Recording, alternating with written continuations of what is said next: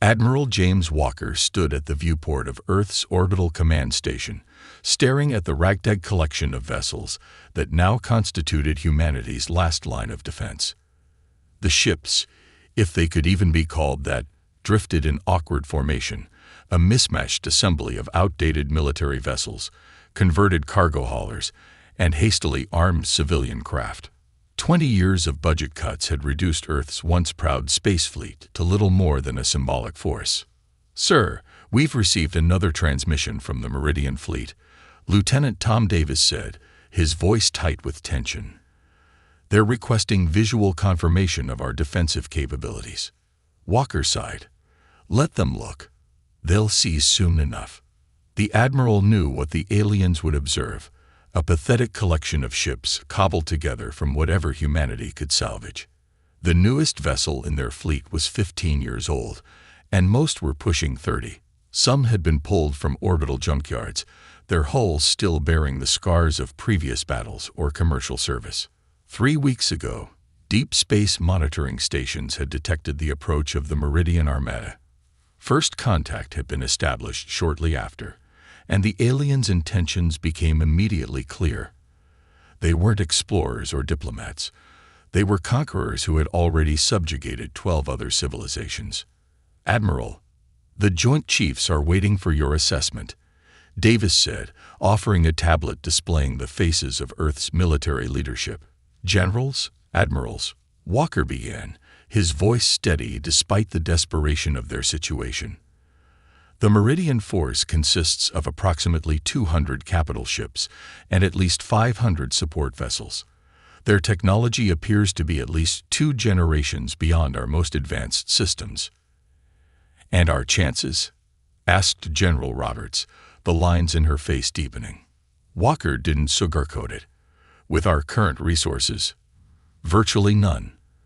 But I've initiated Protocol Scrapyard. We're retrofitting everything that can fly with whatever weapons we can mount." The silence that followed was deafening. Protocol Scrapyard was a theoretical last resort strategy, never meant to be implemented.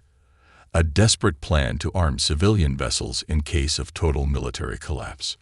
"We've called in every retired engineer, every military contractor, even university professors with relevant expertise," Walker continued. "The civilian response has been remarkable. People are volunteering their private vessels, industrial equipment, even museum pieces. It won't be enough," Admiral Chen said, her voice flat. "No," Walker agreed, "but it's all we have." The meeting ended with grim nods. Earth had 1 month before the Meridian Fleet arrived in full force. 1 month to prepare a defense with ships held together by patch welds and prayers. 3 days later, the Meridian ambassador requested a face-to-face meeting. The alien vessel that docked with the command station was sleek and predatory, its hull a seamless expanse of some unknown metal that seemed to absorb light rather than reflect it. Commander Vex of the Meridian Fleet stood nearly 7 feet tall, with blue-gray skin and 4 arms. His eyes, 3 of them, arranged in a triangle, assessed Walker with obvious disdain. "Admiral Walker," the translator unit rendered Vex's clicking speech into English, "I have reviewed your defensive capabilities." And Walker kept his expression neutral. The alien made a sound that the translator interpreted as laughter. "You defend your world with garbage. Ships that should have been melted down decades ago. Vessels designed to haul cargo, not fight wars. Is this truly the best Earth can offer?" Walker felt his jaw tighten, but maintained his diplomatic posture. "We are a peaceful species, Commander. Our resources are directed toward exploration and commerce." "Peaceful species get consumed," Vex replied. "The Meridian Empire respects strength, not weakness. Your junk fleet is an insult to warfare itself." Behind Walker, he could sense his staff bristling at the alien's mockery, but he raised a hand slightly to maintain discipline. "Perhaps you would consider a diplomatic solution," Walker suggested. "Cultural exchange, trade agreements." "Here are our terms," Vex interrupted. "Immediate planetary surrender. Your people will serve as a labor force. Your resources belong to the Empire now. Resistance will result in the obliteration of your major population centers. The alien displayed a holographic map of Earth with 20 cities highlighted. Beginning with these, Walker studied the map, buying time to control his anger. The people of Earth will need time to consider your generous offer. Vex made that laughing sound again. Consider? There is nothing to consider. But I will grant you 1 week, as is customary before we add a new species to our collective. It will give us time to properly document your pitiful defenses for our historical records. The alien gestured toward the viewport where Earth's makeshift fleet hung in space. Perhaps you should rename that collection of scrap the Suicide Squadron. After the Meridians departed, Walker immediately called his chief engineer to the command center. Dr. Alex Morgan had been retired for 5 years when the crisis began, but no one knew Earth's military technology better. The gray-haired engineer had been working nonstop since being recalled to duty. "They're overconfident," Morgan said after Walker briefed him on the meeting. "Good. We can use that." "They have every reason to be confident, Alex. You've seen their ships, their weapons." Morgan nodded. "I have. And I'd also detected something interesting." He pulled up sensor readings on his tablet. "Their shield systems operate on a variable frequency modulation. It's why our standard weapons would be useless against them. And," a smile crossed Morgan's weathered face, "and every system has a weakness, James. Even theirs, especially if they don't think we're clever enough to find it." Walker leaned forward. "What do you need?" "Every radiation specialist you can find, and access to the old nuclear subs we mothballed in the Pacific." For the next 4 days, Earth's command station became the center of the most unconventional military planning session in human history. Morgan assembled a team that defied all military protocol: civilian engineers, theoretical physicists, even video game designers noted for their unconventional problem-solving. "We can't match their technology," Morgan explained to the gathered team. "So we won't try. Instead, we'll use what they consider junk in ways they'd never expect." Old nuclear submarines were hurriedly converted into space carriers. Cargo ships had mining lasers repurposed as weapons. Museum pieces were pulled from display and rushed back into service. Every ship was modified in some way that defied conventional military doctrine. On the 5th day, a Meridian scout ship approached the growing Earth fleet for another inspection. Walker ordered all vessels to perform standard maneuvers, carefully hiding the true nature of their modifications. The Meridian transmission came shortly after. "Admiral Walker, our observers report that you are painting civilian vessels with military markings. Is this an attempt to inflate your numbers? Such deception is pointless." Walker allowed himself a small smile before responding. "Not deception, Commander Vex. Just making the best use of available resources." "Your best remains laughable," came the reply. "Our weapons officers have calculated that your entire fleet could be eliminated in under 15 minutes. Then perhaps you'll grant us a quick death," Walker responded, feigning resignation. The alien commander's final words before breaking communication were recorded and broadcast throughout Earth's fleet. "Death comes to all inferior species, Admiral. Yours will at least have the honor of being eliminated by the greatest armada in the galaxy, rather than your embarrassing collection of space junk." As the transmission ended, Walker turned to Morgan, who was reviewing final modification plans for the flagship. "Well, Doctor, will your theories hold up against their technology?" Morgan looked up, his eyes tired but determined. "Theory is about to become practice, Admiral. And if I'm right about their shield frequencies..." He didn't finish the sentence. Walker nodded and turned to face the viewport again, watching as more ships joined the growing human fleet. They weren't pretty. They weren't uniform. But they were humanity's only hope. "Project Patchwork is now officially active," he announced to the command center. "May our junk fleet prove worthier than they could possibly imagine." The converted cargo bay of the former mining vessel Resilient buzzed with activity as Dr. Alex Morgan hunched over a sprawling workbench. Around him, A dozen engineers and scientists worked frantically, their faces illuminated by holographic displays and welding sparks. The ship's cavernous interior had been transformed into an impromptu research lab, with cables snaking across the floor and equipment stacked in precarious towers. "Pass me the frequency modulator," Morgan called out, not looking up from the device he was dissecting. A captured Meridian communication relay that a stealth team had managed to recover from the debris of a previous alien encounter. Dr. Liz Reed, a quantum physicist who had been teaching undergraduates just 3 weeks ago, slid the tool across the table.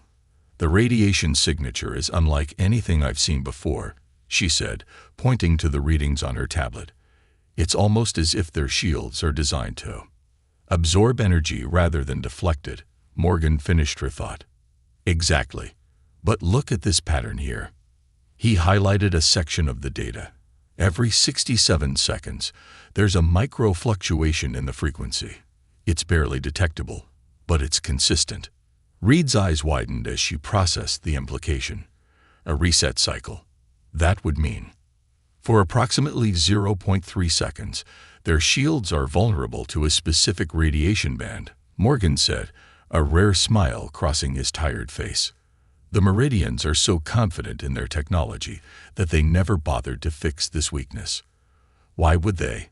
No species they've encountered has ever noticed it, much less exploited it." The scientist's excitement was interrupted by the ship's intercom. "Dr. Morgan, Admiral Walker is requesting your presence on the command deck." The command center of the Asterisk, Resilient Asterisk, bore little resemblance to its former function as a mining vessel's bridge. Navigation systems had been ripped out and replaced with military-grade tactical displays. The ship's captain, a former mining engineer named Jack Foster, had volunteered his vessel within hours of Earth's call for civilian ships. "Tell me you have good news," Walker said as Morgan entered. The Admiral looked like he hadn't slept in days, which was probably true. Morgan set his tablet on the central console, bringing up a complex diagram. "We've found a weakness in their shield system. It's small, it's brief, but it's real. If we can hit them with concentrated bursts of a specific radiation frequency exactly when their shields reset, we can create holes in their defenses." Walker studied the diagram. "How big are these holes?" "Not big enough for conventional weapons," Morgan admitted, "but big enough for something smaller, like modified mining drones." Foster stepped forward, intrigued. "My ship was outfitted with over 200 excavation drones before it was decommissioned. They're designed to cut through asteroid rock." "Could they cut through Meridian hull material?" Walker asked. Morgan shrugged. "We don't know, but we've analyzed the samples from their communication relay. Their hull metal is impressive, but not invincible, with the right modifications to the drilling mechanisms." "How many ships in our fleet could be similarly equipped?" Walker asked, a plan already forming in his mind. "At least 30, Foster replied. "Most of the mining vessels we've brought in have compatible drone systems." Walker nodded slowly. "Dr. Morgan, I want those drones modified immediately. Captain Foster, gather the other mining vessel captains for a briefing in 2 hours." As Morgan turned to leave, Walker called after him. "What about the nuclear submarine conversions? Any progress there?" "Better than expected," Morgan replied. "The radiation shielding on those old subs is being reproposed to focus and direct the energy pulses we'll need to exploit the shield weakness. And the missiles, well, let's just say we've made some interesting modifications." For the next 3 days, the human fleet underwent a transformation that defied all conventional military doctrine. Retired naval officers found themselves commanding spaceships. Civilian engineers redesigned weapons systems on the fly. University professors calculated targeting algorithms for weapons that hadn't existed a week ago. In a storage bay aboard the command station, Walker convened what he called the Unconventional Warfare Committee, a group that included military tacticians, video game designers known for their strategic thinking, and even historians specializing in ancient guerrilla warfare. "The Meridians fight like a traditional military force," explained Colonel Diane Parks, a military historian. Their tactics are sophisticated but predictable. They rely on superior technology and overwhelming force, not creativity. They expect us to behave like every other species they conquered," added Tom Lee, a game designer whose strategic warfare simulations were legendary. "They'll anticipate a centralized defense, probably concentrated around Earth or the Moon. They won't expect scattered, autonomous attack units." Walker paced the room, considering their input. "So we don't give them what they expect. No formation. No conventional attack pattern." He stopped at the holographic display showing Earth's mismatched fleet. "We fight like junk." "Sir." Parks looked confused. "Junk doesn't have a pattern," Walker explained. "It's random. Unpredictable. Some pieces are valuable, others are decoys. That's what Project Patchwork will be. A strategy as cobbled together as our fleet itself." The unusual think tank spent the next 18 hours developing what would later be called the most unorthodox battle plan in human military history. Meanwhile, aboard the Resilient Asterisk, Morgan's team had successfully modified the first batch of mining drones. The small, maneuverable machines now carried specialized drilling equipment designed to penetrate Meridian hull material, along with small but potent explosive charges. "They're not pretty," Morgan told Walker during a demonstration, "but they're deadly. Once they penetrate the hull, they'll deliver an electromagnetic pulse that should disable their systems from the inside." "How many do we have ready?" Walker asked. "Almost 1,000, Morgan replied. "And we're producing more every hour." The real challenge was creating the radiation pulse generators to open the shield gaps. "We've installed them on 67 ships now." Walker nodded approvingly. "And the nuclear option?" Morgan's expression grew serious. "Ready, but untested. We've converted the warheads from the submarines into what are essentially massive, dirty EMP bombs. If they detonate close enough to a Meridian ship when its shields are in reset cycle, total systems failure," Walker finished. "If it works," Morgan cautioned, "this is all theoretical." The Admiral placed a hand on the scientist's shoulder. "Theory is all we have, Alex. And we're out of time." The tactical alert came just as the 5th day of preparation was ending. The Meridian fleet had accelerated their approach and would reach Earth in less than 24 hours, 2 days earlier than their ultimatum had specified. "They're trying to catch us unprepared," Walker told his gathered commanders during an emergency briefing. "They've probably been monitoring our activities and decided we're becoming too organized." "Are we ready?" asked Captain Foster. Walker surveyed the faces of his unlikely military leadership: civilian captains, retired officers, and academic experts. None of them were supposed to be here, fighting humanity's most important battle. All of them had stepped forward without hesitation. "No," Walker admitted, "but neither are they. They're expecting to face a conventional defense force using outdated military tactics. Instead, they'll be facing Project Patchwork." He activated the holographic display, showing the intricate, seemingly chaotic battle plan they had developed. "Position your ships according to this scatter pattern. No formation, no predictable positioning. Each vessel has its own assignment and autonomous authority to act." As the commanders dispersed to their ships, Morgan approached Walker. "The radiation pulse generators are installed, but we've only had time to test 12 of them. The rest are, well, theoretical." Walker managed a grim smile. "The Meridians think we're flying junk. Let's show them what junk can do when it's in the hands of desperate, creative humans." As Morgan turned to leave, Walker added, "And Alex, make sure that last surprise we discussed is ready. If all else fails, we'll need it." The scientist nodded solemnly. "It'll be ready, though I hope we never have to use it." Later that night, as Earth's improvised fleet moved into its scattered positions, the Meridian Advance Scouts appeared at the edge of the solar system. Their transmission was brief and dismissive. "Your week is not yet complete, but we grow impatient with your pathetic preparations. Prepare to be eliminated." Walker didn't respond. Instead, he gave a simple order to all ships: Activate Project Patchwork. Let them come to us. The first Meridian ships emerged from hyperspace in a dazzling display of light and energy, their hulls gleaming like polished obsidian against the backdrop of stars.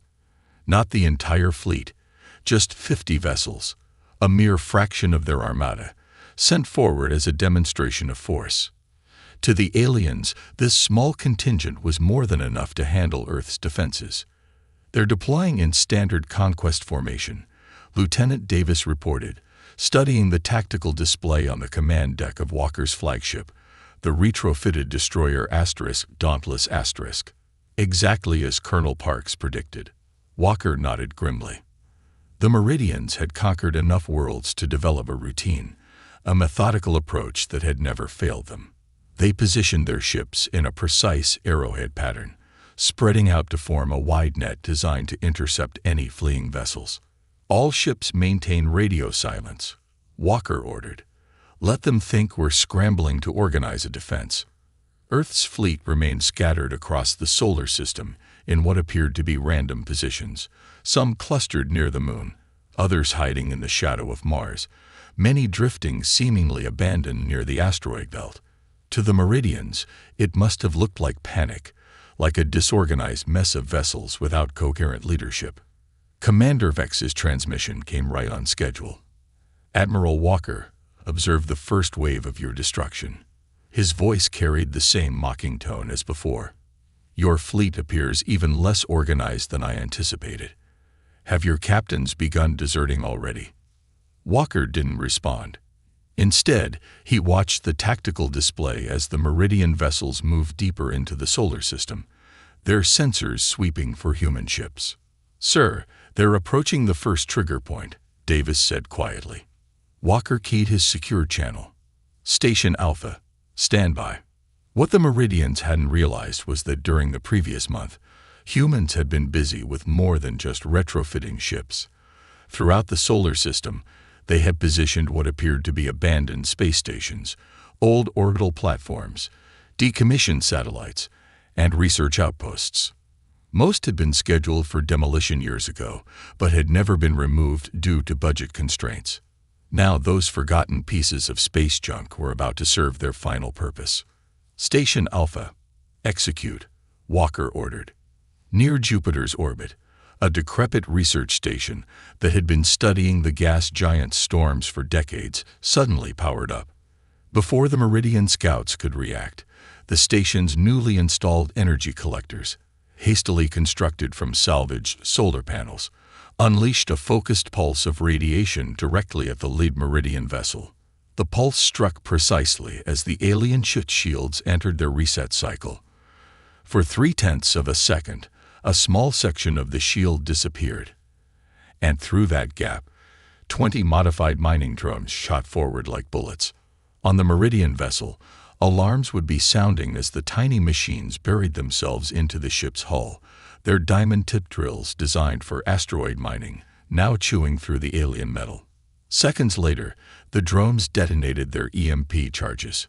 The Meridian ship didn't explode. It simply went dark, its systems completely fried from within. First blood to us, Davis whispered. But the Meridians adapted quickly. The remaining scout ships immediately changed formation, their weapons targeting the station that had launched the attack. It was obliterated in seconds. As expected, Walker noted calmly. Stations beta through Echo, execute in sequence. Across the solar system, 4 more seemingly abandoned stations activated, each targeting a different Meridian vessel with the same radiation pulse. 2 more alien ships went dark before the Meridians recognized the threat and began evasive maneuvers. Commander Vex's voice crackled over the communication system, his translated words tight with rage. Primitive trickery. You hide behind space debris like cowards. Walker finally responded, his voice level. Not cowards, Commander. Just making use of what you call junk. The Meridian fleet regrouped quickly, changing tactics. They began systematically destroying every structure in the solar system that wasn't actively moving. Stations, satellites, even debris fields. Phase 1 complete, Walker announced to his scattered fleet. All ships, commence Phase 2. Mining Division, you're up. Near Mars, 30 converted mining vessels that had been powered down to avoid detection suddenly activated their engines. Instead of fleeing, they moved directly toward the Meridian scouts. They're being targeted, Davis reported as the Meridian weapons locked onto the approaching mining ships. They'll be destroyed before they get within range. That's what the Meridians think too, Walker replied. The mining ships made no evasive maneuvers as the alien weapons fire reached out toward them. But at the last possible moment, hundreds of small objects detached from the mining vessels. Escape pods, maintenance drones, and cargo containers, all retrofitted with small engines and the same radiation pulse generators. The swarm spread out, too numerous and too small for the Meridian weapons to target effectively. Many were destroyed, but enough survived to reach their targets. When they detonated, they didn't cause physical damage. Instead, they created dozens of small holes in the Meridian shields, just long enough for the second wave of mining drones to slip through. 4 more Meridian ships went dark. On the command deck of the Dauntless Asterisk, a cheer went up, quickly silenced by Walker's raised hand. This is just the beginning, he cautioned. They haven't deployed their main fleet yet. As if summoned by his words, space rippled as more Meridian ships began to arrive. Not 50 this time, but hundreds, including massive capital ships that dwarfed anything in Earth's fleet. They're calling in reinforcements sooner than we predicted, Morgan observed, entering the command deck with a data tablet.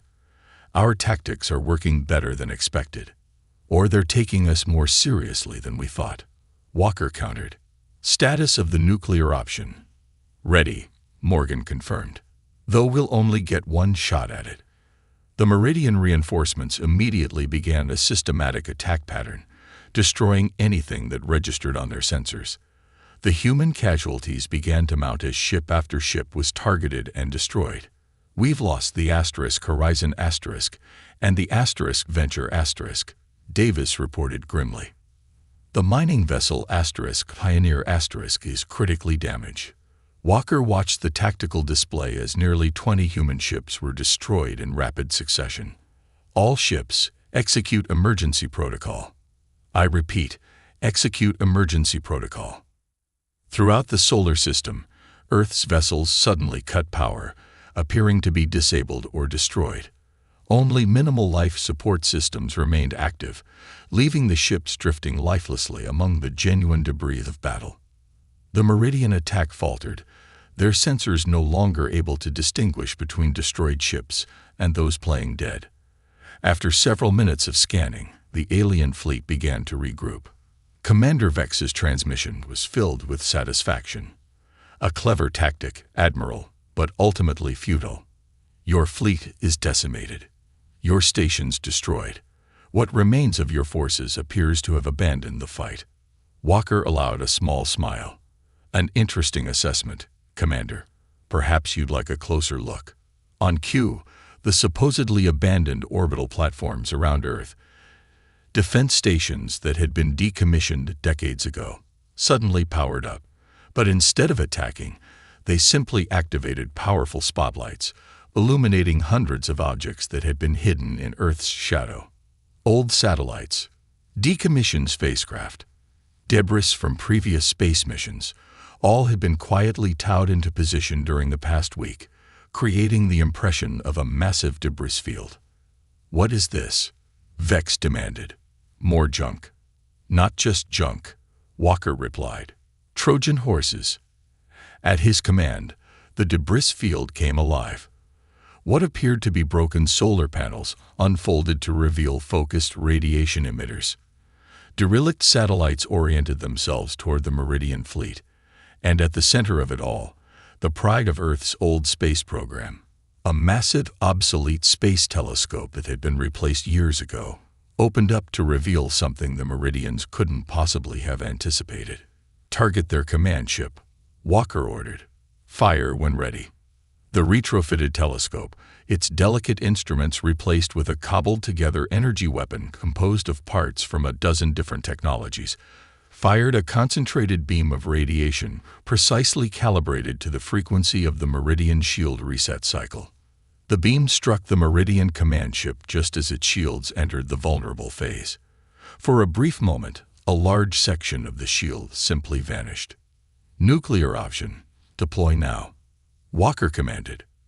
From the shadow of the moon, a single missile launched, a modified nuclear warhead salvaged from one of Earth's ancient submarines, now aimed directly at the gap in the command ship's shields. The explosion wasn't intended to destroy the massive Meridian vessel, just to deliver an electromagnetic pulse of unprecedented magnitude directly against its unshielded hull.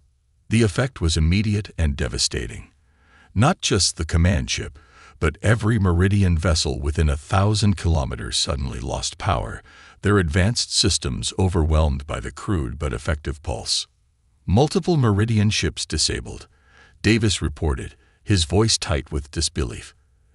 At least 30 vessels showing no power signatures. Walker allowed himself a moment of satisfaction before returning to his command mode. All ships, power up and resume attack pattern. Target the disabled vessels first. As Earth's junk fleet emerged from hiding and moved to engage, Commander Vex's final transmission of the day came through, his translator struggling to convey his mixture of rage and disbelief. This is not warfare as civilized species conduct it. This is humanity fighting for survival, Walker replied calmly. And we're just getting started. The Meridian fleet regrouped with mechanical precision, their remaining ships forming a protective sphere around the damaged command vessel. Emergency power systems had kicked in on most of the disabled ships, but their primary weapons and propulsion systems remained offline, a temporary victory for Earth, but far from decisive.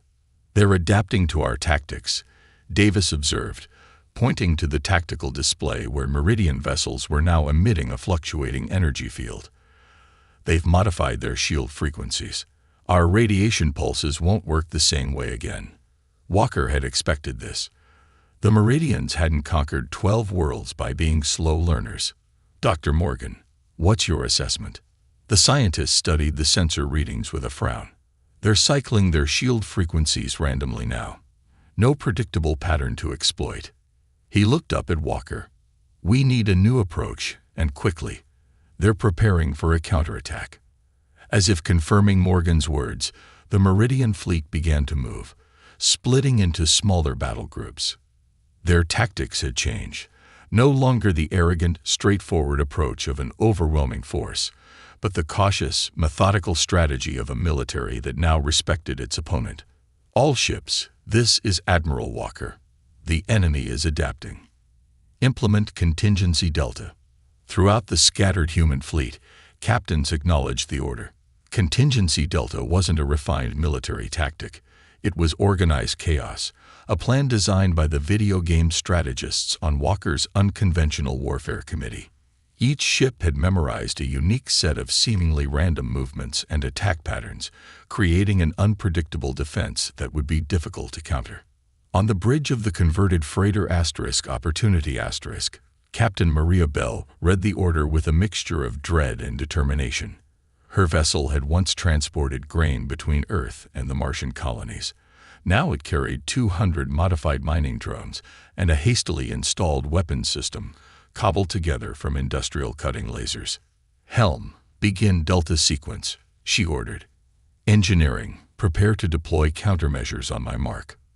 The Opportunity suddenly changed course, accelerating directly toward a group of 3 Meridian vessels.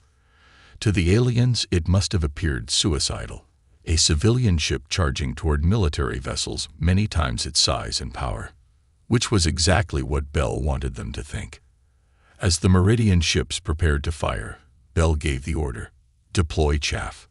The Opportunity released its countermeasures, thousands of small metal fragments, each coated with a reflective material salvaged from the ship's original thermal shielding. The cloud expanded rapidly, creating a dazzling, confusing mess of radar reflections and sensor ghosts. The Meridian targeting systems faltered, unable to distinguish the ship from the chaff. Their weapons fire scattered harmlessly through the cloud of reflective debris. And behind that cloud, using it as cover, came 3 more human vessels, each executing its own unique attack pattern. Similar scenes play out across the battlefield as Earth's fleet implemented Contingency Delta. No 2 ships followed the same pattern, making it impossible for the Meridians to predict where attacks would come from or develop an effective counter-strategy. Back on the Dauntless Asterisk, Walker watched the tactical display with grim satisfaction. The Meridians excel at countering organized military tactics, he explained to his bridge crew. Their entire conquest strategy depends on it, but they've never faced a species that fights like this, without apparent coordination, each unit acting independently. It's working for now, Morgan cautioned, but they're still learning. And we're taking heavy losses. He was right. For every Meridian vessel disabled, 3 or 4 human ships were destroyed. Earth's fleet had started with nearly 500 vessels of various sizes and capabilities. Now, less than 300 remained operational. We need something more, Walker admitted. Dr. Morgan, what about Project Lazarus? Morgan's expression tightened. It's ready, but untested. We have no idea if it will work or just get a lot of good people killed. At this point, those people will be killed anyway if we don't try something drastic, Walker replied, his voice heavy with the weight of command. Begin deployment. Project Lazarus had been Morgan's most controversial idea, a strategy so unorthodox that even Walker had initially rejected it. Throughout the solar system, dozens of human ships that had been genuinely damaged or disabled in the early fighting had been quietly retrofitted by emergency repair teams. Their conventional weapons and engines were beyond repair, but that wasn't what Project Lazarus required. All Lazarus units, this is control, Morgan spoke into a secure channel. Initiate sequence on my mark. 3, 2, 1, mark. Across the battlefield, apparently destroyed human vessels suddenly powered up minimal systems, not enough to move or fight conventionally, but enough to activate the cobbled-together devices that Morgan's team had installed in their ruined hulls. These weren't weapons in any traditional sense. They were modified industrial electromagnets, originally designed for moving heavy metal objects in space construction projects. Now they generated powerful magnetic fields directed at the nearest Meridian vessels. The aliens' advanced hull material, so resistant to conventional weapons, possessed one property that Morgan had discovered during his analysis. It was highly susceptible to powerful, oscillating magnetic fields.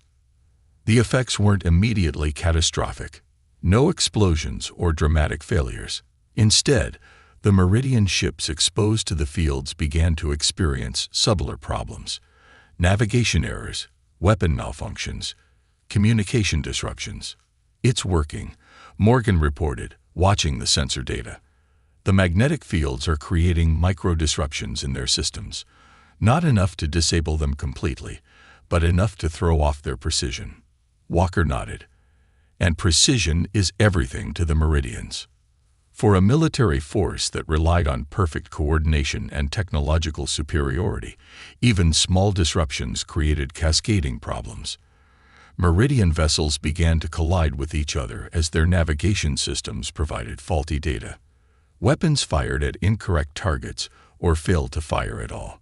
Taking advantage of the confusion, Earth's remaining combat-capable ships pressed their attacks, focusing on already struggling Meridian vessels. On the Meridian command ship, which had partially recovered from the earlier EMP attack, Commander Vex was livid. His next transmission came through clearly, the anger in his voice transcending the translator's neutral tones. You fight without honor, without proper military discipline. This is not warfare. This is the desperate flailing of savages. Walker allowed himself a tight smile before responding. You're right, Commander. This isn't traditional warfare. It's survival, human style. You came expecting an easy conquest against an inferior opponent.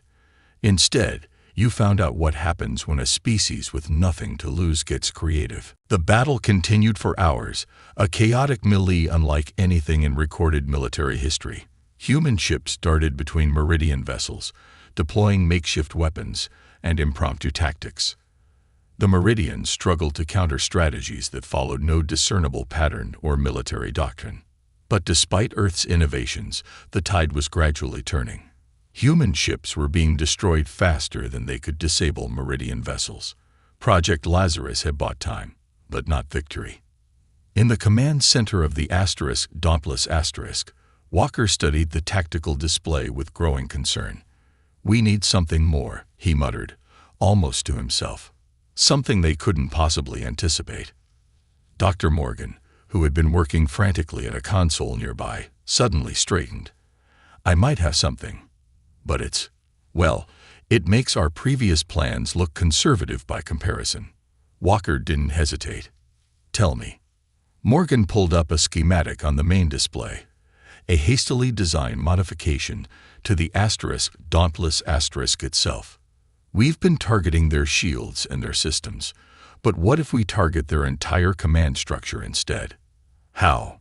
Walker asked, studying the unusual design.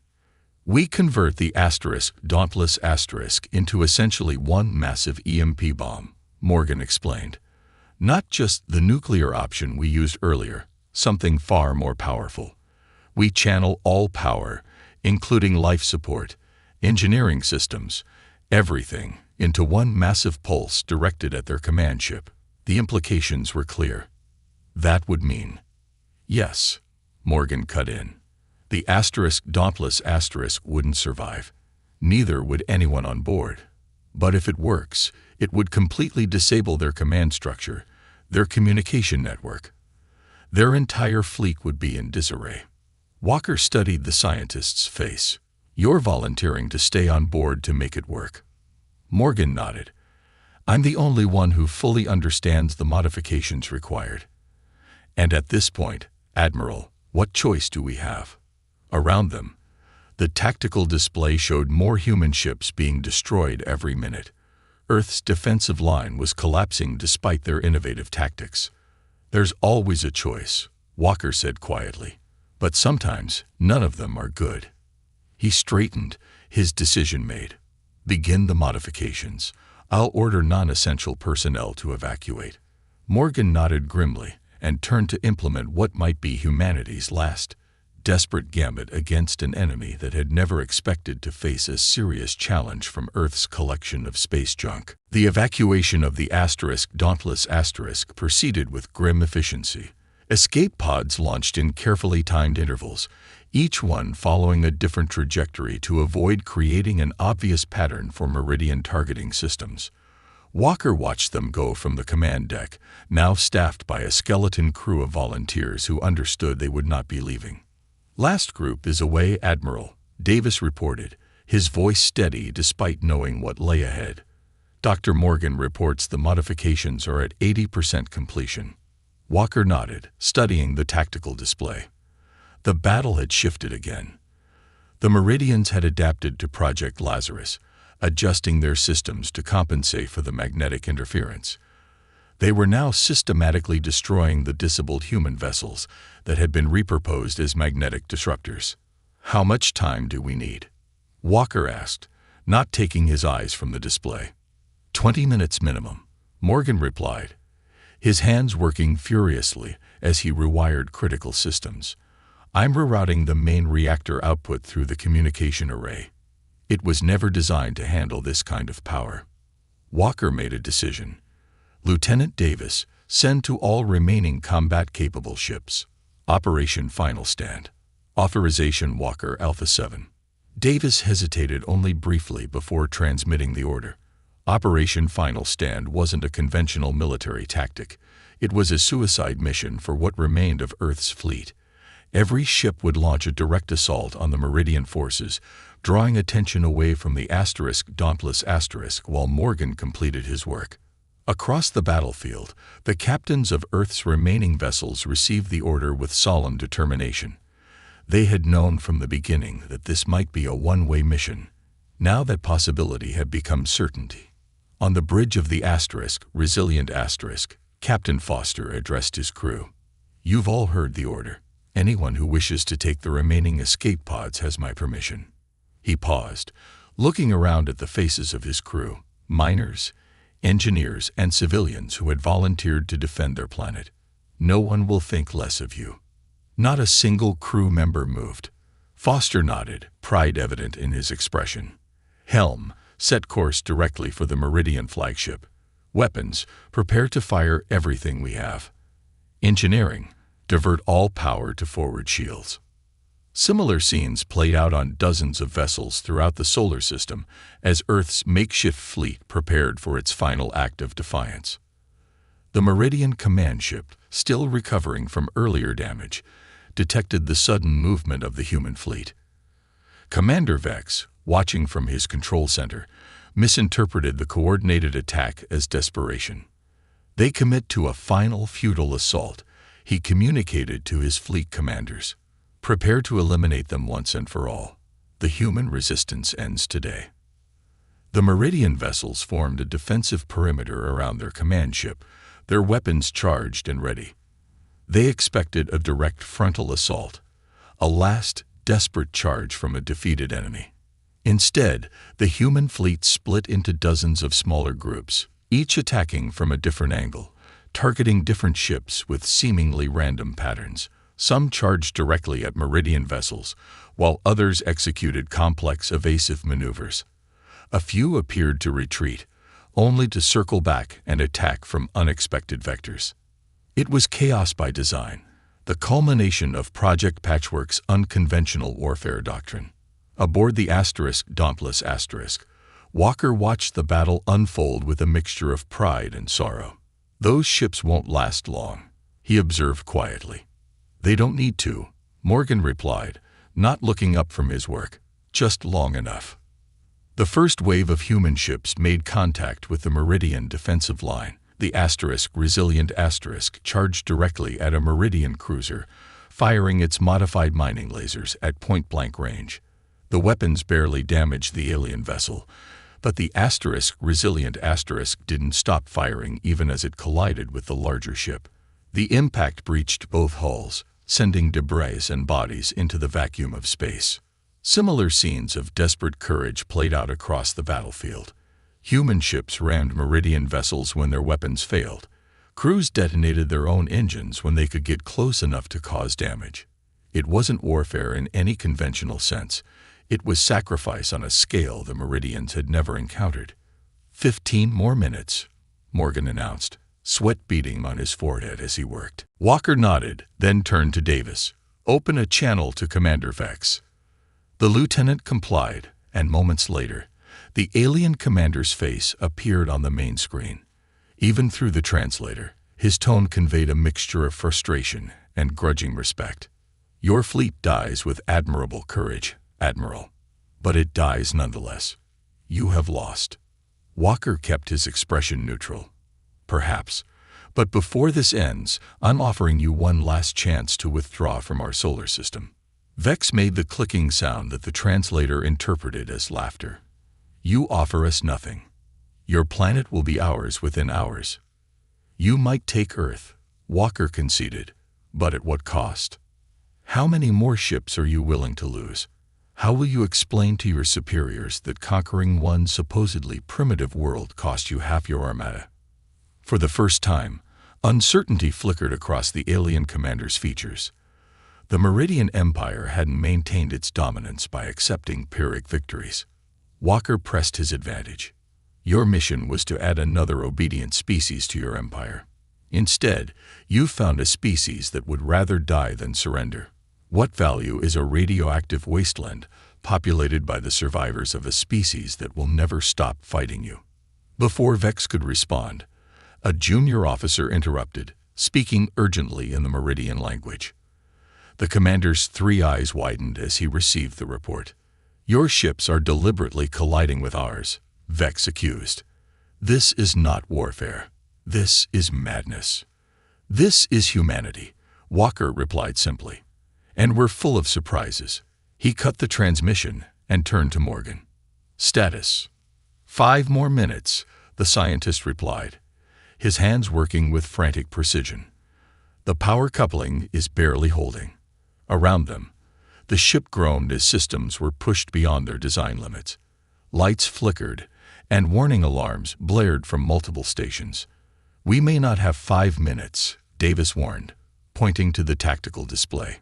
3 Meridian destroyers had broken away from the main fleet and were approaching the Dauntless *. "They figured out what we're doing," Walker calculated rapidly.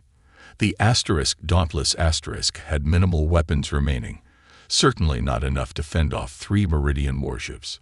"How close do we need to be for maximum effect?" he asked Morgan. The scientist looked up from his work, understanding the implication. "Ideally within 10 kilometers of their command ship. But Admiral, the modifications aren't complete. If we activate now, will it work?" Walker interrupted. Morgan hesitated. "Maybe, probably, but I can't guarantee." "That's good enough," Walker decided. "Helm, set collision course with the Meridian command ship. Maximum speed." The officer at the helm acknowledged the order without hesitation. The Dauntless * surged forward, its engines straining as it accelerated directly toward the heart of the Meridian fleet. "All remaining power to engines and forward shields," Walker ordered. "We need to get close enough." The approaching Meridian destroyers opened fire, their energy weapons impacting against the Dauntless *'s weakened shields. The human vessel shuddered but maintained its course. "Shields failing," Davis reported as another hit rocked the ship. "Hull breach on decks 3 through 5. Walker gripped the arms of his command chair. "Stay on course." The Meridian command ship grew larger on the view screen as the Dauntless * approached. It was massive, easily 20 times the size of the human vessel. Its weapons were already targeting the approaching threat. 1 minute to impact, the helm officer announced. Morgan looked up from his console. "The modifications are as complete as they're going to get. Ready to initiate on your command." Walker nodded, then addressed the remaining crew. "It has been my honor to serve with each of you. What we do today will be remembered as long as humans exist to tell the story." He turned back to Morgan. "Ready when you are, Doctor." The scientist took a deep breath and positioned his hand over the activation control. "For Earth," he said simply, and pressed the button. For a moment, nothing happened. Then, every system on the Dauntless * went dark simultaneously. The ship seemed to die, until a new kind of energy began to build, visible as crackling blue electricity that raced along the hull. The modified communication array, never designed to channel the energy of an entire starship, began to glow white-hot. The power built exponentially, creating an electromagnetic pulse of unprecedented magnitude.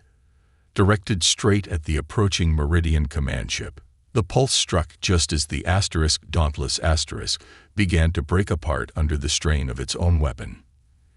It passed through the Meridian shields as if they weren't there, not exploiting a weakness, but simply overwhelming them with raw power. The effect was immediate and catastrophic. The Meridian command ship went completely dark, its systems fried beyond recovery. But the pulse didn't stop there. It cascaded outward, catching dozens of nearby Meridian vessels in its expanding sphere of influence.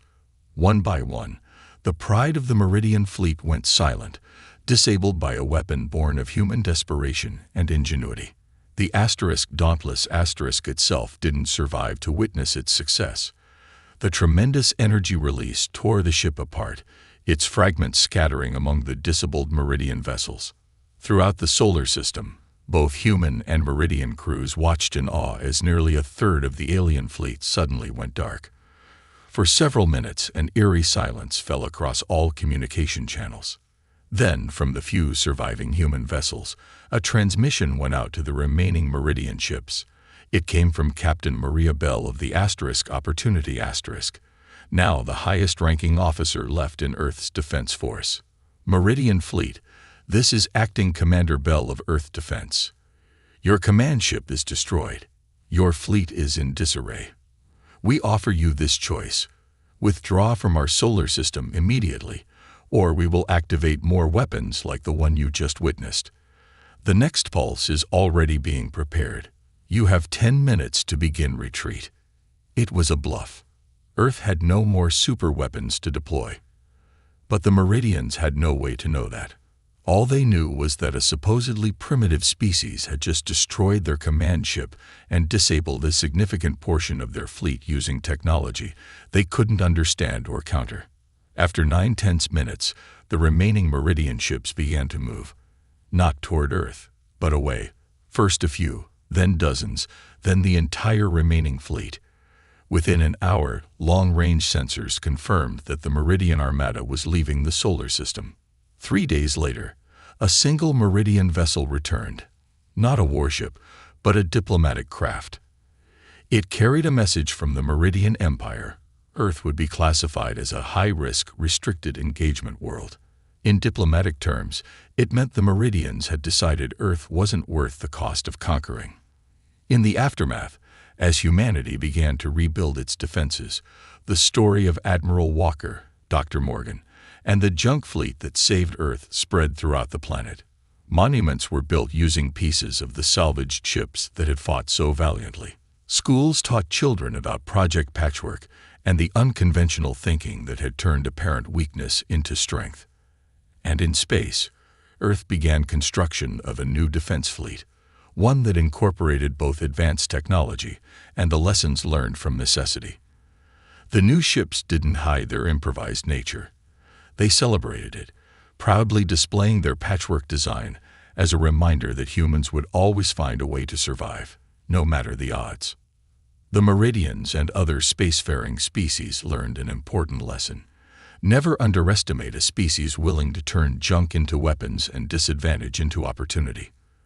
Earth might not have the most advanced fleet in the galaxy, but as the Meridians discovered at tremendous cost, sometimes the most dangerous opponent isn't the one with the best technology. It's the one with nothing to lose and the creativity to make the impossible possible. Captain Jack Miller stood at the viewport of the transport ship, his eyes fixed on the dusty orange planet growing larger as they approached. Terminus, they called it. End of the line. The name was fitting in more ways than one. "How long till landing?" he asked, not turning away from the view. 2 hours, Captain," answered Tom Davis from his station at the communications panel. The young tech specialist's fingers moved quickly over the controls, but his usual enthusiasm was missing. Jack nodded silently. 2 hours until they reached the surface. 2 hours until this 500 soldiers, his responsibility, his family, would begin a mission that wasn't meant to succeed. The orders had come directly from High Command. Secure a landing zone on Terminus, gather intelligence on the alien Vex forces, and prepare for the main invasion fleet. Simple, straightforward, except for all the things that didn't add up. Their equipment was outdated, with rifles that jammed in dusty conditions, the exact environment they were heading into. Their transport ships were old models with failing life support systems. They had been given minimal medical supplies, barely enough food for 2 weeks, and strangely, a complete radio silence order after landing. High Command wanted Terminus. The planet was rich with rare minerals needed for faster-than-light engines, but the Vex who controlled it were known fighters, brutal and efficient. So Command had made a calculation.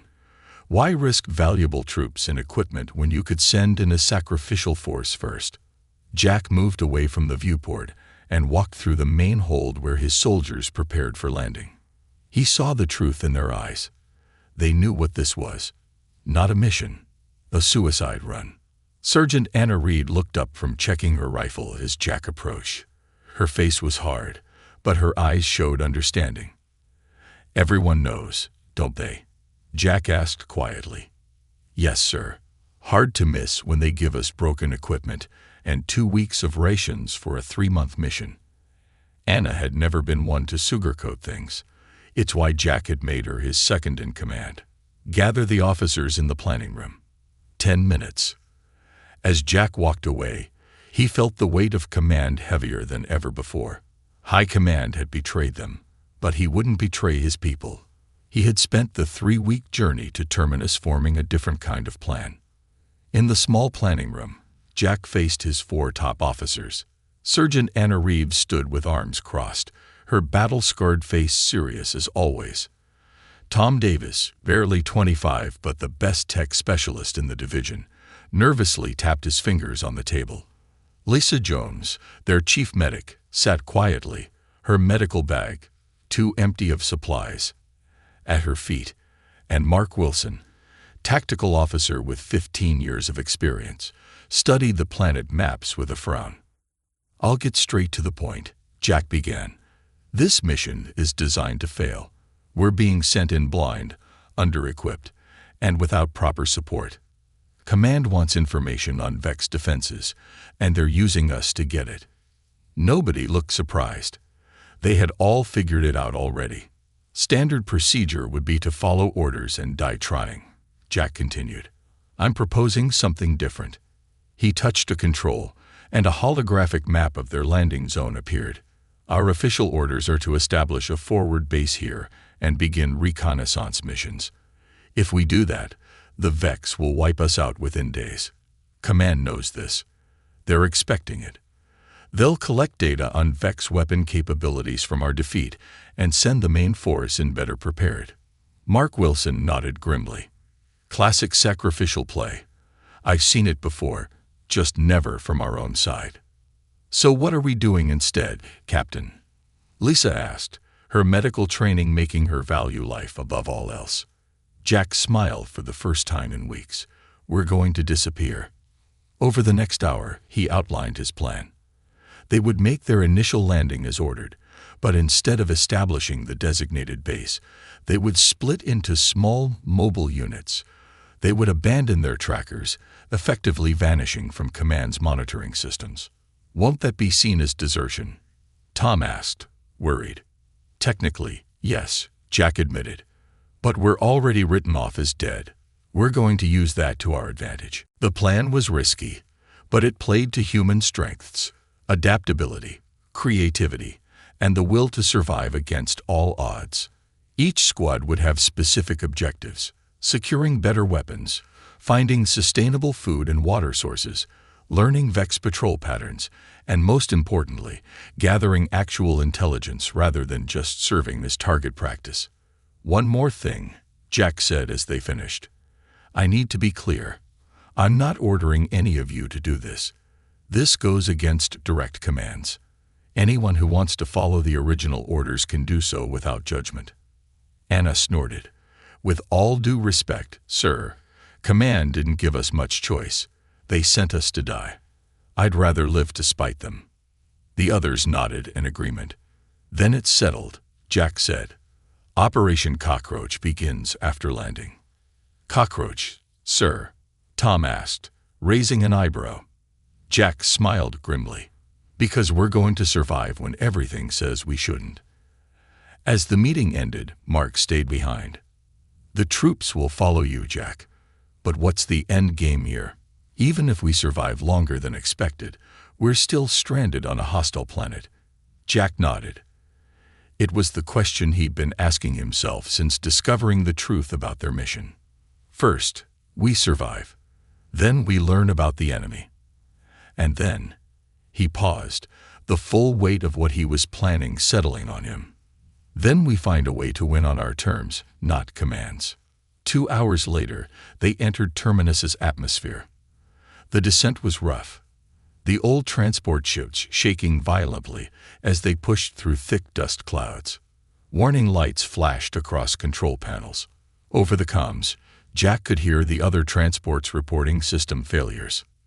This was it, the start of their suicide mission. The first shots came as they broke through the cloud cover. Bright energy beams from hidden Vex defense posts struck 3 of their 7 transports immediately. Jack watched through the viewport as the ships carrying nearly 200 of his people erupted into flames and plummeted to the surface. "Evasive maneuvers," he ordered, but their pilot was already pulling the ship into a steep dive, trying to avoid the Vex targeting systems. 2 more ships hit. Tom called out from communications. "They're going down, but report survivors." Their own ship rocked as a glancing blow struck one engine. Alarms wailed as the transport began losing altitude too quickly. "Brace for impact," Jack shouted, grabbing onto a support beam. The crash was violent. Jack was thrown against the ceiling, then slammed back to the floor as the ship flipped and skidded across the rocky terrain. Metal tore and sparked around them. Someone was screaming.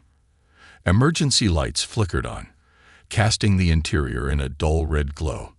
When the ship finally stopped moving, Jack pushed himself up, ignoring the pain shooting through his shoulder. "Sound off. Who's alive?" Groans and calls came from around the hold. Anna was already on her feet, blood streaming from a cut on her forehead, but otherwise looking functional. Lysa was moving between injured soldiers, her limited medical supplies already being put to use. "Communications are down," Tom reported, coughing through the smoke. "Life support failing. We need to evacuate." Jack nodded. "Get everyone who can move ready to go. Priority on weapons, medical supplies, and water." "Vex patrols will be here soon," Mark warned, checking his rifle. "Their defensive positions are more advanced than our intel suggested." Jack looked around at his surviving crew. They had been sent here to die, used as nothing more than expendable tools by their own leaders. But as he watched them quickly organizing, helping the wounded, preparing to face whatever waited outside, he saw something Command had overlooked. Humans didn't accept death easily, especially when it came as a betrayal. "Remember the plan," Jack said as they prepared to open the damaged hatch. "We're not here to win their war. We're here to survive their betrayal." The hatch creaked open, revealing the harsh landscape of Terminus. The air was breathable but filled with dust that immediately coated their skin and equipment. In the distance, 2 more of their transport ships burned, sending black smoke into the orange sky. Jack took the first step onto the planet's surface. The ground was hard, covered with reddish rocks and sparse, thorny vegetation. The horizon stretched out in jagged hills and deep valleys. Good terrain for hiding, for surviving. 5 minutes until we split into assigned squads, he reminded everyone. "Remove your trackers. As far as Command is concerned, we died in the landing." As the surviving members of the 87th Battalion gathered around him, Jack felt a fierce determination replace his earlier anger. High Command had sent them here as sacrifices, expecting reports of their deaths to filter back as valuable tactical data. Instead, they were about to vanish, and in that disappearance would be the first step toward an unlikely victory that no one, not Command, not the Vex, could possibly foresee. They had been sent to die. But Jack Miller and the 87th Battalion had other plans. 2 weeks after the crash landing, Sergeant Anna Reed crawled on her belly to the top of a rocky ridge. The orange dust of Terminus had turned her once blue uniform into a rust-colored camouflage. She raised her binoculars and scanned the valley below. A Vex patrol moved along the dried riverbed. 6 soldiers in their strange armor that looked like a mix of insect shells and metal plates. They carried energy weapons that could cut a human in half with one shot. Anna counted silently. This was the 3rd patrol to use this route in 2 days. The Vex were creatures of habit, a weakness her team had quickly learned to exploit. She slid back down the ridge to where her squad waited. 5 soldiers who looked as dusty and tired as she did, but their eyes were alert. They had survived when Command expected them all to be dead by now. "Same route, same timing," she told them. "They'll pass the narrow section in 15 minutes. We'll take them there." Nobody questioned her plan. In the 2 weeks since Captain Miller had split the surviving members of the 87th into small squads, they had learned to work with brutal efficiency. Anna's group specialized in one thing: acquiring better weapons. They moved quickly through the rocky terrain, using the paths they had carefully mapped to avoid Vex detection devices. At the ambush point, a narrow section where the patrol would be forced to walk in single file, they set up the trap. It wasn't fancy. They didn't have fancy. What they had were modified grenades using explosive compounds they'd discovered in the soil of Terminus. Tom Davis from Tech Squad had figured that out on day 3. The information had spread through the scattered human forces via their brief, coded radio contacts each night. "Remember," Anna said as they took positions, "we need their weapons intact." The trap worked perfectly. The first explosion made the Vex patrol stop in confusion.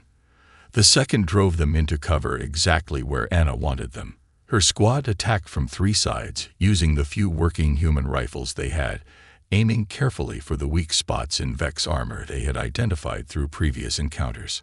In less than 2 minutes, all 6 Vex were down. Anna's squad had suffered no casualties. "Strip them of everything useful," she ordered. "We've got 10 minutes before their missed check-in brings reinforcements." The squad moved with practiced speed, taking weapons, communication devices, and the strange power cells the Vex used. These would be delivered to Captain Miller's central camp hidden deep in a cave system 5 miles away. As they finished, Anna's radio crackled with a coded message. "Base to Hunt lead. Tech needs intact comm unit. Priority." Anna tapped her response. "Hunt lead to base. Coming with gifts. ETA 2 hours." She looked at her squad, feeling a surge of pride. 2 weeks ago, they had been sacrificial lambs. Now they were hunters. "Let's move out. We've got a delivery to make." The hidden base camp had started as a small cave. Now it extended deep into the mountain, with tunnels dug by hand and with repurposed Vex mining tools. Captain Miller had chosen the location carefully, a natural formation of rocks that blocked scanning technology, near an underground water source, with multiple escape routes. When Anna's squad arrived, Lisa Jones met them at the entrance. The medic looked tired but much more confident than she had on the ship. "How's Green?" Anna asked, referring to one of her soldiers who had been injured 3 days earlier. "Walking again," Lisa said with a small smile. "That Vex medical gel works wonders once you figure out how to use it." She pointed to the communication devices they'd brought. "Tom's been waiting for those. He's in the tech cave." Anna nodded and handed the devices to one of her squad members to deliver. "Where's the captain?" "Strategy room. He'll want your report." The strategy room was just a wider section of cave with a table made from salvaged ship parts. Jack Miller stood over it, studying a map they had created of the surrounding 50 miles. Mark Wilson stood beside him, pointing to various markers they had placed. Jack looked up as Anna entered. His face was thinner than 2 weeks ago, with new lines around his eyes, but he stood straighter. "Successful hunt?" he asked. 6 Vex down, 6 new weapons, plus comm units for Tom," Anna reported. "Their patrols are becoming predictable. They're not adapting to our ambushes." Jack nodded. "That matches what we're seeing everywhere. They follow preset patterns and don't change unless ordered by higher command." "Good news for us," Mark added. "Bad tactical doctrine on their part." "There's something else," Anna said, placing a small device on the table. It looked like a data storage unit with Vex symbols etched into its surface. "Found this on their leader. Tom might be able to get something from it." Jack picked up the device, turning it over in his hands. "Good work. We're starting to piece together their command structure. It's not what command told us at all." "How so?" Anna asked. Jack gestured to the map. "The Vex aren't a unified force. We've identified at least 3 different armor styles, communication frequencies, and patrol areas. They're not working together. If anything, they seem to be watching each other as much as looking for us." This was new information. Anna leaned over the map, seeing the different markers Jack had placed. 3 separate forces. Why would command miss that? "Because they didn't care," Mark said flatly. "We weren't sent to gather real intelligence. We were sent to die and reveal Vex weapon capabilities through our deaths." Jack raised a hand to stop Mark's bitter words. "What matters is what we do with this information now. Tom has been intercepting their communications. He can't translate everything yet, but he's certain these are 3 distinct factions. So we're not fighting an alien empire," Anna said slowly, understanding the implications. We're walking into a civil war. Exactly. Jack's eyes lit up with the same determination she had seen in the planning room of their ship. And that changes everything.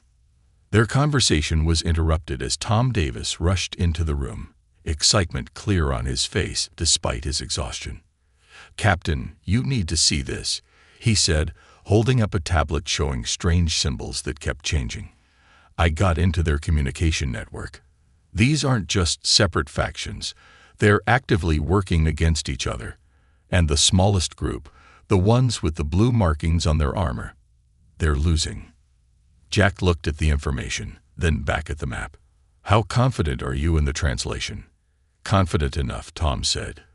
"They use mathematical sequences as the basis of their language. Once I figured that out, the rest started to make sense." Jack was quiet for a long moment, his mind clearly racing through possibilities. "I think it's time for Phase 2, he finally said.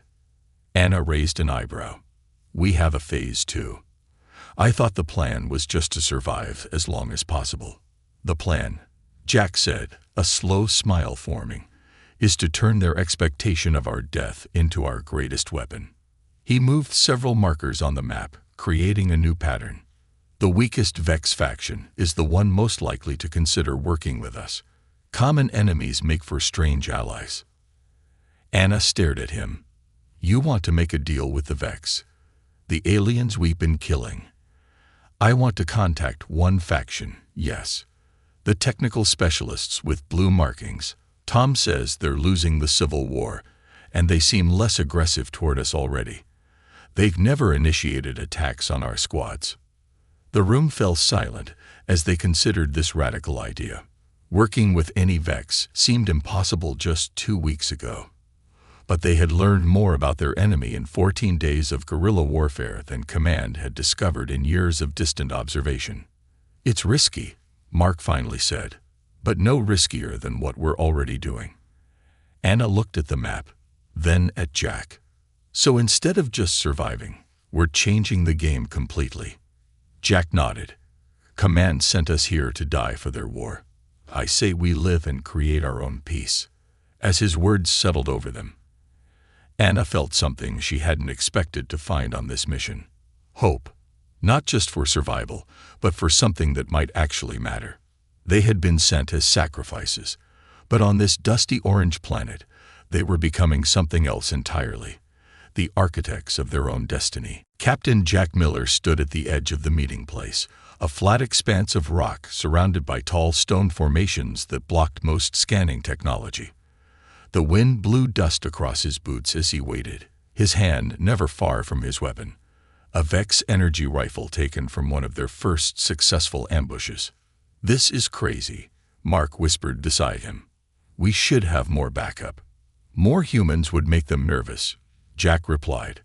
"This needs to be small, personal." They had spent 3 days setting up this meeting with the blue-marked Vex faction that Tom now called the Modernists. 3 days of careful signals, encoded messages sent through captured communication devices, and nerve-wracking uncertainty. "They're coming," Anna said from her position on a higher rock. She had insisted on being part of this meeting, though she remained hidden with a clear shot at the approaching Vex if things went wrong. Jack straightened as 3 figures appeared from behind the rocks on the far side of the clearing. They moved with the strange, fluid grace all Vex possessed. 2 carried weapons, standard for their kind. The one in the middle was different. Smaller, with more intricate blue patterns on its armor, and what looked like tools rather than weapons attached to its belt. "That's their leader," Tom said quietly. He stood slightly behind Jack, a translator device of his own making clutched tightly in his hands. The markings indicate a technical or scientific rank. The 3 Vex stopped 20 paces away. The one in the middle stepped forward, its head tilting in what Jack had learned was a gesture of assessment. "Remember," Tom whispered, "they communicate partly through color shifts in those faceplates. Try to watch for blue. It indicates openness. Red is aggression." Jack nodded and took a deliberate step forward. He placed his weapon slowly on the ground. a gesture they had indicated would begin the meeting. The lead Vex's faceplate shifted from yellow to a pale blue. "A good sign. We are ready to talk," Jack said clearly. Tom activated his translator, and a series of clicks and humming tones emerged. They had tested it extensively on recordings, but this was its first real use. The Vex leader responded with similar sounds, which Tom's device converted to rough human speech. "Why humans seek modernist faction? Others would kill you immediately." Jack had prepared for this question. "We recognize different factions among your people. Your group has not attacked us first. The others have." After Tom translated, the Vex's faceplate rippled with bands of blue and green. Its companions remained yellow, alert but not hostile. "Humans were sent as scouts for invasion," the Vex stated. Not a question, but an assumption. Jack took a calculated risk. "We were sent to die. Our own military sacrificed us to test your defenses. They do not know we still live." Tom hesitated before translating this admission, giving Jack a concerned look. Revealing this weakness was dangerous, but Jack believed it was their best chance at connection. When the Vex heard the translation, all three of their faceplates flickered rapidly through patterns of blue and white. They made sounds that the translator couldn't process. "I think that's surprise," Tom whispered. "Maybe disbelief." The lead Vex stepped closer, its movements more fluid now. "Your own kind sent you as waste material. To die." "Yes," Jack said simply. "We were considered expendable." The Vex leader made a gesture to its companions, who lowered their weapons slightly. Then it addressed Jack directly, its faceplate now solid blue. "We also are expendable to dominant faction. They wish technology only for war. We wish technology for growth." For several seconds, nobody spoke. The wind whistled between the rocks, blowing more orange dust across the meeting ground. Jack felt something shift in the air between them, a recognition of shared experience that transcended their different worlds. "Your people betrayed you," the Vex continued. "Our people wish to destroy us for believing war is inefficient. Perhaps we have common purpose." Jack glanced at Mark, who gave a slight nod. This was going better than they had dared hope. "What is your name?" Jack asked. "I am Captain Jack Miller." The translator struggled with the Vex's response, finally producing, "Concept does not translate fully. Closest meaning, one who builds new paths." "You may call me Krav." "Krav," Jack repeated, feeling the strangeness of the word. "We propose an alliance against both our enemies." "Bold proposal," Krav responded, its faceplate rippling with blue and purple. "Why should modernists trust humans?" Jack had anticipated this question too. "Because we both need to survive, and neither of us can do it alone. You are losing your civil war. We are stranded on your planet. Together, we might both live." Krav was silent for a long moment, its faceplate shifting through patterns too complex for Jack to interpret. Finally, it spoke again. "Terms of alliance. We share intelligence. We coordinate our actions against common enemies. We do not attack each other's people. We find a way to communicate with my world that bypasses our corrupt leadership." Tom struggled to translate all this, but Krav seemed to understand the essence. It made a gesture that looked almost human, a tilting of its head and a spreading of its three-fingered hands. "Acceptable beginning," it said. "But problem approaches. Your leaders send new ships. Many. To find why you do not report deaths as expected."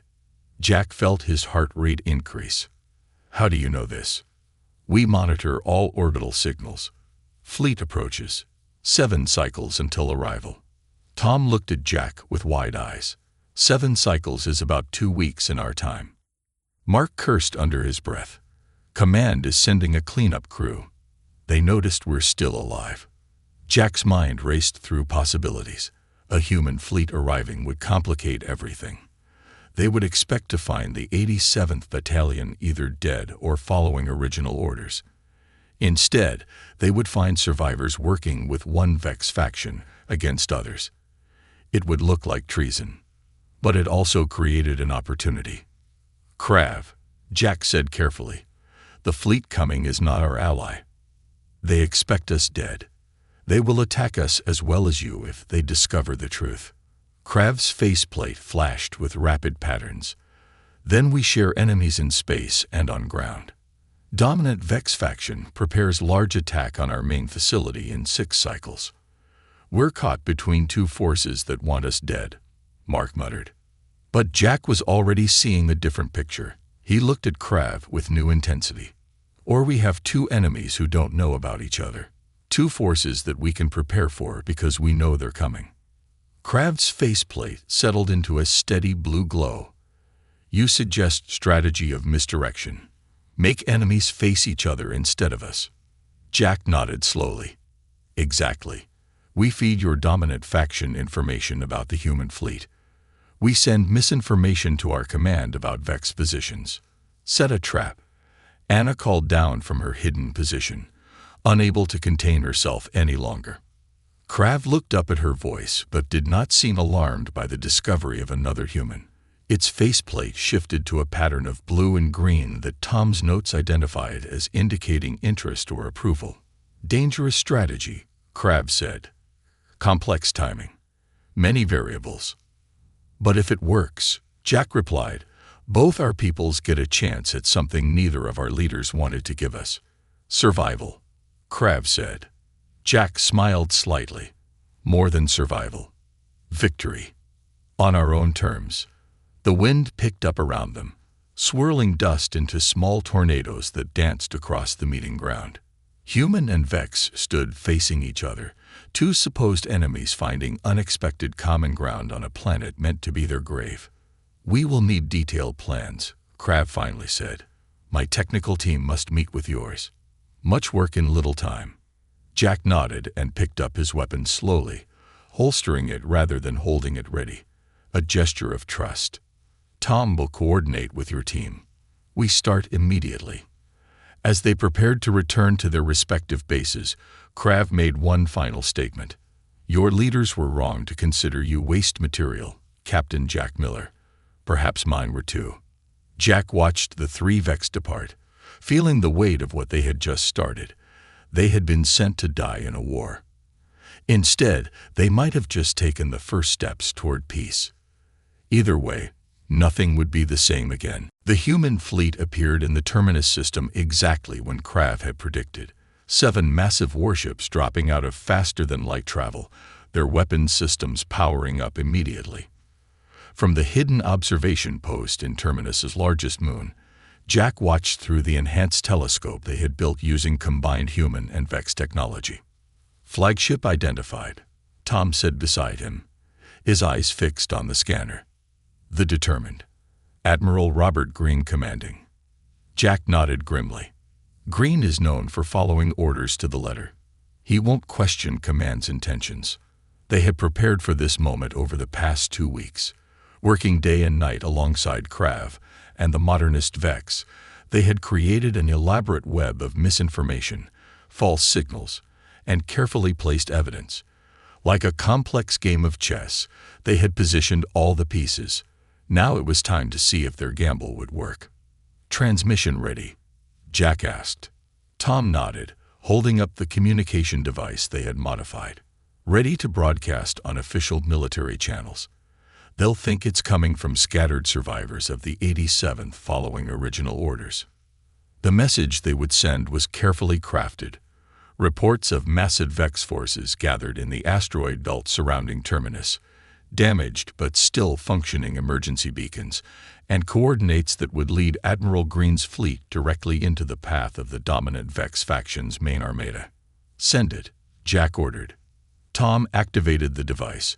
A series of coded military signals streamed toward the human fleet. They watched the ships in silence, waiting for a response. "Multiple course changes detected," Anna reported from her station at the scanner. "They're taking the bait, moving toward the asteroid belt." Jack allowed himself a small smile. Phase 1 complete. Now for the more dangerous part. "Signal Krav," he said to Mark. "Tell them to activate the dominant faction lures." While Tom's team had been handling the human fleet deception, Krav's technical specialists had created something equally impressive. A series of disguised transmitters planted throughout the asteroid belt that mimicked human military scanning signals. To the dominant Vex faction, currently gathering for their planned attack on the Modernists, it would appear that human forces were attempting a sneak assault. Confirmed, Mark said after a moment. Modernists report all lures active. Dominant faction ships are already responding. Jack watched through the telescope as tiny points of light began moving from the far side of Terminus, the dominant Vex fleet changing course, heading toward what they believed was a human sneak attack. In reality, they were moving directly toward Admiral Green's forces. "Now we wait," Jack said quietly. The wait wasn't long. Just 20 minutes later, the first flashes of weapons fire appeared in the asteroid belt. The Battle of Twin Betrayals, as they would later call it, had begun. Through their observation equipment, they watched as chaos unfolded. Human ships fired on Vex vessels that suddenly appeared before them. Vex forces responded with their more advanced weapons, causing serious damage to 2 human ships immediately. Neither side understood they had been lured into an encounter, each believing they were responding to the other's aggression. "This is where it gets complicated," Jack told his team. "Prepare the shuttle. We need to be ready to launch the moment there's an opening." The shuttle was their most ambitious creation, a hybrid vessel built from parts of their crashed transport ships and modernist Vex technology. It looked strange, a patchwork of human angular design and flowing Vex architecture. But it was fast and had one critical feature, a communication system powerful enough to reach both fleets simultaneously. They watched for another hour as the battle intensified. The human fleet had regrouped after the initial surprise and formed a defensive pattern. The dominant Vex forces had surrounded them, but were taking significant losses from the humans' unexpected firepower. "There," Anna said suddenly, pointing to a gap in the fighting. "Path to the human flagship is clear for about 5 minutes if we go now." "Launch," Jack ordered. The hybrid shuttle shot away from the moon base, accelerating faster than any human craft could manage. Tom worked the navigation controls while Mark handled weapons. Anna stood beside Jack, both of them watching the battle grow larger in their view screen. "Remember," Jack told them all, "we only get one chance at this. If Green doesn't listen, or if either side decides to shoot first and ask questions later, we're finished." No one responded. They all knew the stakes. They reached the edge of the battle zone in just under 4 minutes. Explosions lit up space around them as human and Vex ships exchanged fire. Through gaps in the fighting, Jack could see the determined Admiral Green's flagship directing the human defense. "Open a channel," Jack ordered. "Broadcast on all frequencies, human and Vex." Tom activated their communication system. "Ready, Captain." Jack took a deep breath. "This is Captain Jack Miller of the 87th Battalion. To Admiral Green and all human forces, hold your fire. You have been manipulated into this conflict. To the dominant Vex forces, we have information critical to your survival. Both sides must cease fire and listen." For several long seconds, there was no response. The battle continued around them, energy weapons and missiles flying between the opposing fleets. Then, unexpectedly, a voice came through their comm system. "This is Admiral Robert Green. Captain Miller was reported killed in action. Identify yourself properly or be treated as an enemy combatant." Jack had prepared for this. Authorization code Miller 774 Gamma Echo. "Check your records, Admiral. The 87th wasn't wiped out. We were sent here to die as a measuring stick for Vex capabilities. But we survived, and we've discovered something more important than this battle." There was a long pause. Jack could imagine the Admiral checking the authorization code, conferring with his officers, trying to understand this unexpected development. Finally, Green's voice returned. "Your code checks out, Miller, but that doesn't explain your current actions or why I shouldn't have you arrested for interfering in a military operation. Because there's a third player in this system. Jack replied. "A faction manipulating both humans and Vex against each other. We have proof, transmitted to your science officer's station now." Tom sent the data package they had prepared, combined intelligence from their observations and Krav's research. Evidence of the secretive Vex ascendancy faction that had been working behind the scenes, encouraging conflict between humans and the other Vex factions. "The ascendancy wants us to destroy each other," Jack continued. "They've been feeding false intelligence to both sides for years. This battle is exactly what they wanted." As if to punctuate his words, a new set of ships appeared at the edge of the system, sleeker and more advanced than the dominant Vex vessels.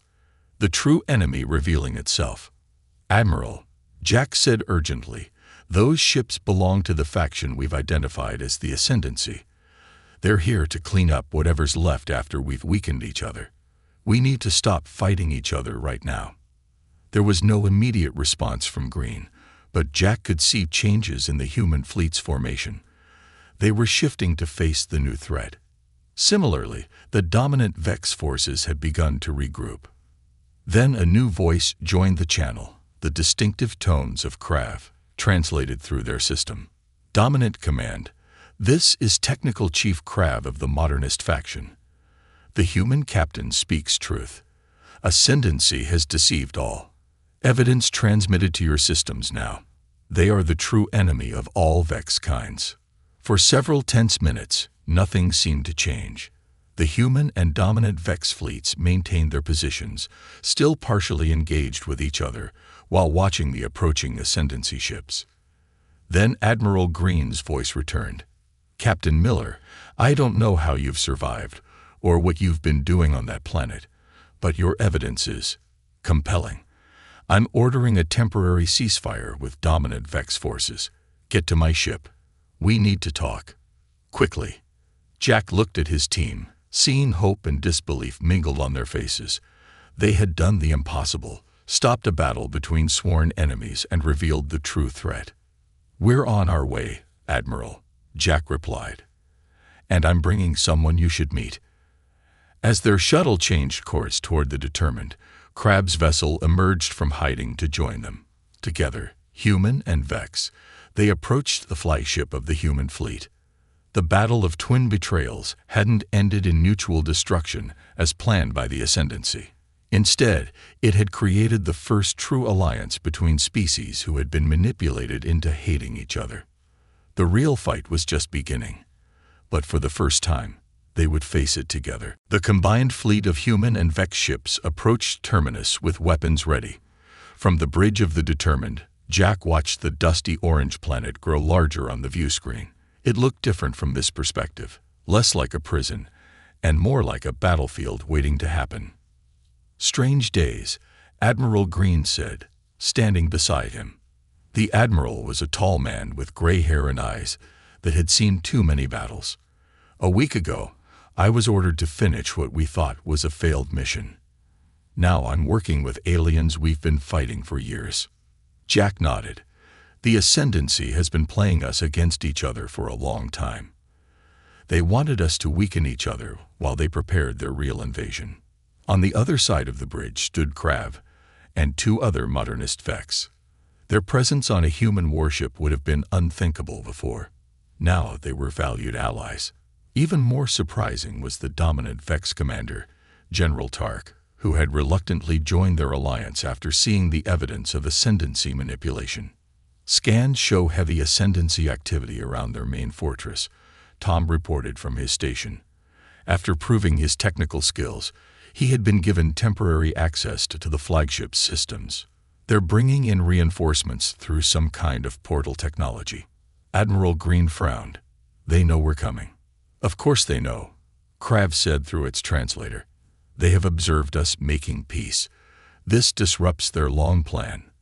They will fight very hard now." The plan they had developed was dangerous but necessary. While the combined fleet engaged the Ascendancy ships in orbit, ground forces would attack the fortress itself.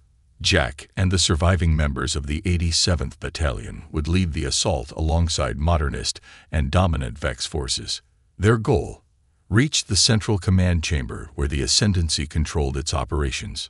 "Time to go," Jack said, looking at Anna, Mark, and the other soldiers of the 87th who had joined them on the flagship. "Our transport leaves in 10 minutes. As they walked to the shuttle bay, Anna fell in step beside him. "We started with 500 soldiers. We're down to 172. Not great odds for saving the galaxy." Jack smiled slightly. "Better odds than we had when we crashed on that planet expecting to die." The descent to Terminus was smoother this time, with proper ships and no one shooting at them. As they approached the landing zone, Jack could see the space battle beginning above them. Flashes of light as human and Vex ships engaged the Ascendancy fleet. They landed 3 miles from the Ascendancy fortress, a massive structure built into a mountain that hadn't appeared on any of their previous scans. The combined ground force of humans and Vex moved out immediately, using the rocky terrain for cover. "Just like old times," Mark said as they took positions behind a ridge. "Except this time, we have proper backup." Jack looked at the mixed force behind them. Humans in their battle armored alongside blue-marked modernist Vex, and the larger, more heavily armed dominant Vex warriors. An impossible alliance forged through desperation and a common enemy. "First wave, move up," Jack ordered through the comm system. The attack had to be perfectly coordinated. Any hesitation would give the Ascendancy time to bring more forces through their portals. The battle began with an explosion as modernist Vex technology disabled the fortress's outer defenses. Human and Vex forces surged forward together, covering each other as they advanced toward the massive structure. The Ascendancy defenders responded immediately. They looked like Vex but moved differently, faster, more fluid, almost as if they were partly made of energy rather than solid matter. Their weapons fired beams that could cut through even dominant Vex armor. "Push forward," Jack shouted as he saw the attack wavering. "We can't give them time to regroup." Lisa Jones, who had set up a field medical station behind the front line, was already treating wounded from both species. The sight of a human medic helping injured Vex soldiers would have been unimaginable weeks ago. The battle intensified as they reached the fortress walls. The Ascendancy defenders fought with desperate intensity, but the combined human Vex force pressed forward. Step by bloody step, they advanced into the structure. "Jack," Tom's voice came through the comm. "I'm picking up massive energy readings from the central chamber. They're powering something up. We need to move faster." "Anna, take your team left," Jack ordered. "Mark, right. I'll go center with Crab's forces. We meet at the central chamber." They split up, fighting through the fortress's winding corridors. The interior was unlike anything Jack had seen before, walls that seemed to shift and change, technology that looked more grown than built. It was alien even to the Vex allies fighting alongside them. Jack's team encountered heavy resistance as they neared the central chamber. The Ascendancy defenders were making a last stand. "We're pinned down," Anna reported over the comm. "Can't reach the chamber from this side." "Same here," Mark added. "Too much firepower." Jack looked at Krav, who was using a modernist scanning device. "Any other way in?" Krav studied the readings. "Small maintenance passage. Too narrow for my kind. Human might fit." Jack checked the scanner.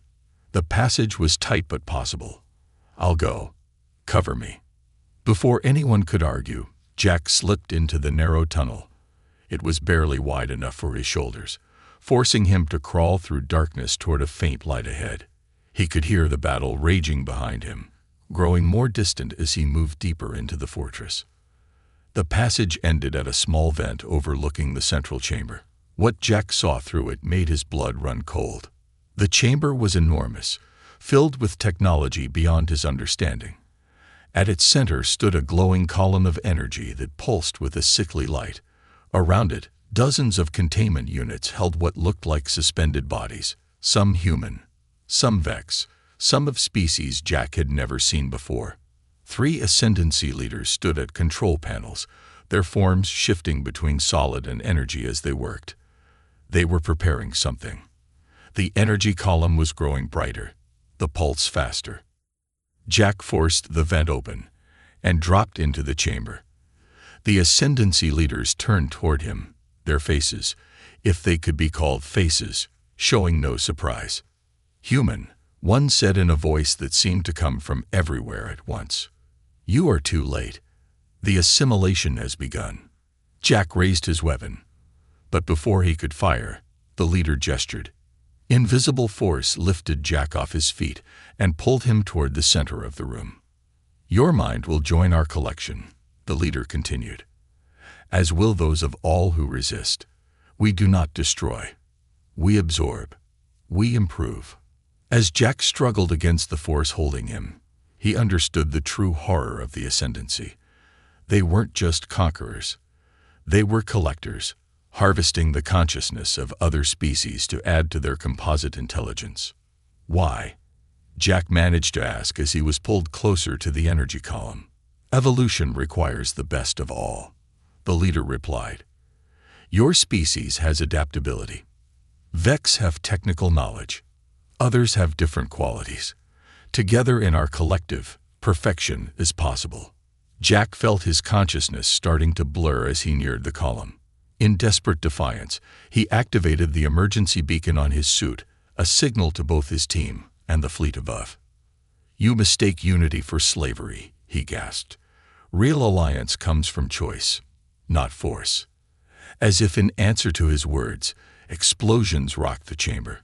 Anna and Mark had found another way in, blasting through walls with combined human and Vex explosives. Behind them poured soldiers of both species, weapons firing at the Ascendancy leaders. The force holding Jack faltered. He dropped to the floor as chaos erupted around him.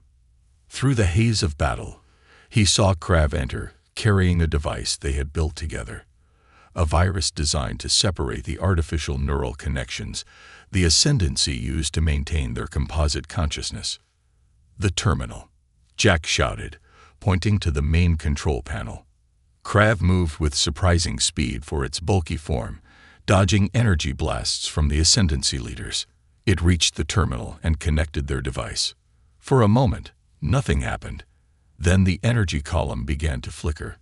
The Ascendancy leaders screamed in voices that contained multitudes. The containment units around the room began to open, releasing their captives. "It's working," Mark said, as he helped Jack to his feet. "The virus is breaking their network." The chamber shuddered as the Ascendancy's systems began to fail. The fortress itself seemed to be coming apart. "Everyone out," Jack ordered. "The whole place is collapsing." They retreated through the corridors, helping wounded and freed captives as they went. Behind them, the central chamber imploded as the energy column collapsed in on itself. They reached the surface just as the fortress began to sink into the ground, taking with it the remains of the Ascendancy's terrible technology. Above them, the space battle was ending. The Ascendancy ships, connected to the same network as their leaders, had shut down when the virus activated. Jack stood on a ridge watching the fortress disappear, feeling the weight of everything that had happened since they first landed on this planet. Beside him stood humans and Vex together, former enemies now bonded by a shared victory. "What happens now?" Anna asked, looking up at the ships in orbit. Jack turned to Krav, who was communicating with both Vex factions. "That depends on whether we can maintain this alliance." "Difficult," Krav admitted, "but necessary. Ascendancy may return. Other threats exist. Together, stronger than apart." As the dust settled over what had been the Ascendancy fortress, Jack thought about the strange journey that had brought them here. They had been sent to die in a war based on lies. Instead, they had found truth and forged peace. "Command wanted a strategic victory," Jack said quietly. "They got something much more important." "What's that?" Mark asked. Jack looked at the mixed group of survivors around him, human and Vex working together to tend wounds, share supplies, and plan for the future. "The beginning of something new," he answered. "Something worth fighting for."